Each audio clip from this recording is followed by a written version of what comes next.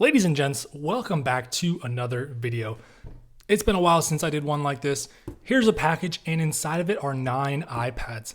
I bought this from a Goodwill seller online. The total was about 130 bucks, and that means if we do the math correctly, each iPad was about $14 or $15.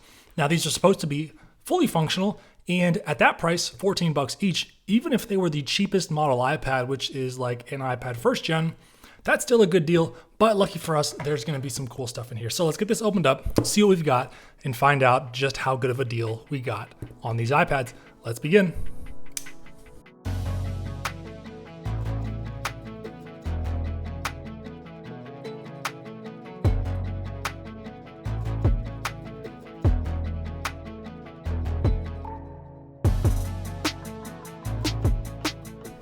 Okay guys, I am excited.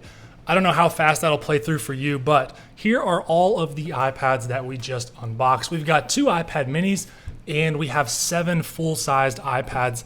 And the reason I'm excited is because some of these look like they're pretty modern devices. So let's do a head count here. These are both iPad minis. I believe they're first gens. They are the cellular model, so that is nice. Over here, we've got what appears to be an iPad second gen, 16 gig with 3G. Under that, we've got an iPad Air. I think this is a first gen and no capacity on the back there. This is a Wi-Fi only model. And next up, we've got an iPad 4th gen. This is the white model and they don't have capacities, but this is the LTE variant.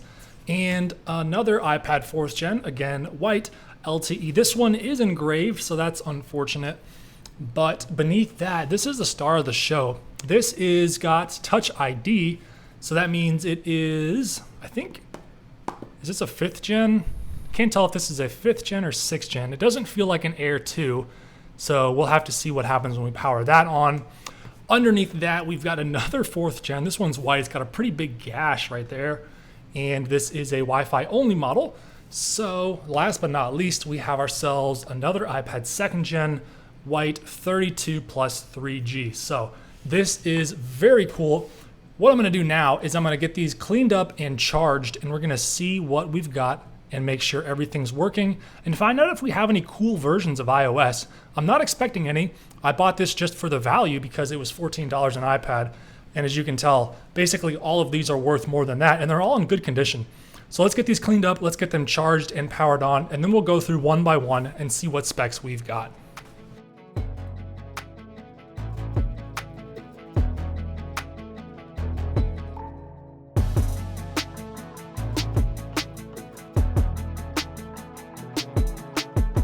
All right, the iPads are all cleaned up and we're gonna go through them one by one and see if we've got anything cool. So starting us off is an iPad mini. This appears to be a first gen. Does not have a Retina display. It's the only iPad mini to not have that Retina display, but it does look pretty good. And what you can do with one of these is you can actually dual boot it to iOS 6, which is pretty neat. So let's see how much capacity this has because that's gonna make the biggest difference for us. And it's a 32 gig model, so that is pretty cool. There is no iCloud account, which is great, and there is no SIM card. So we got a 32 gig iPad mini first gen. This is the black and slate color, super cool color. I wish Apple would bring that back in one of their newer products. Here we've got another iPad mini. This is a first gen, it's at 7%, so it's about to die. Let's see what version we've got and how much capacity. So 9.3.5 and 16 gigs, so not a whole lot of room if we want to dual boot this thing. Okay, now we're gonna save these for last because these are the high value products here. We'll start off with this white iPad 2nd gen, I believe. And it is a 2nd gen. We don't have a Retina display. This looks like iOS 8. Let's see if we can confirm that inside of settings. And it's 8.2, that's a pretty interesting version. Not every day you get to see an 8.2. Although I don't think that's very special in and of itself. This is a 32 gig model, so that's pretty cool. I will probably downgrade this to iOS 6 because it's so easy to do on the iPad 2nd gens. Next up, we've got an iPad 4th gen. This does look like it's running iOS 10 based on the home screen here. And let's see what capacity we've got.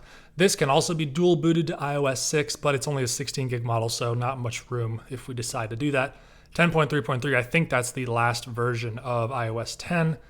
So 16 gig iPad 4. Here's another iPad 4th gen. This one is also running iOS 10.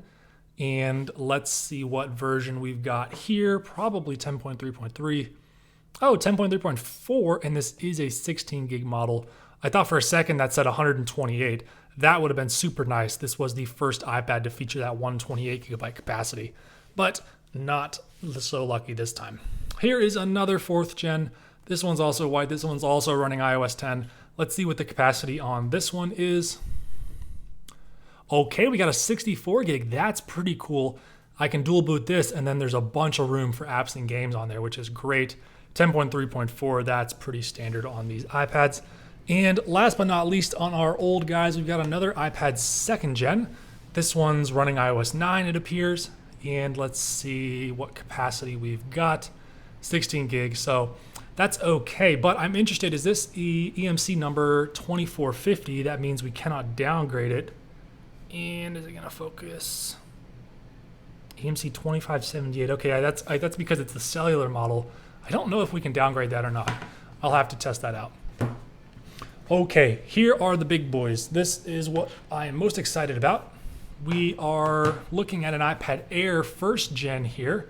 This is running at least iOS 10 because there was no slide to unlock. Let's see what version and capacity we've got. Okay, 12.5.7. I believe that's the last version of iOS 12, and this is a 16 gig. So this is kind of the last like usable iPad, if you will. Anything below iOS 12 really is not that functional in terms of like apps and games and stuff, but I do believe iOS 12 does still get a share of compatibility with older applications and games. All right, here's the star of the show. This is a rose gold iPad. I can't tell if it's a 5th or 6th gen. I know it's not an iPad Air because of how thick it is and it doesn't have that laminated display. So let's see here. This does look like it's running like iOS 16 or 17. Let's head into settings, general, and about. And okay, this is an iPad 6th gen, so that is pretty cool.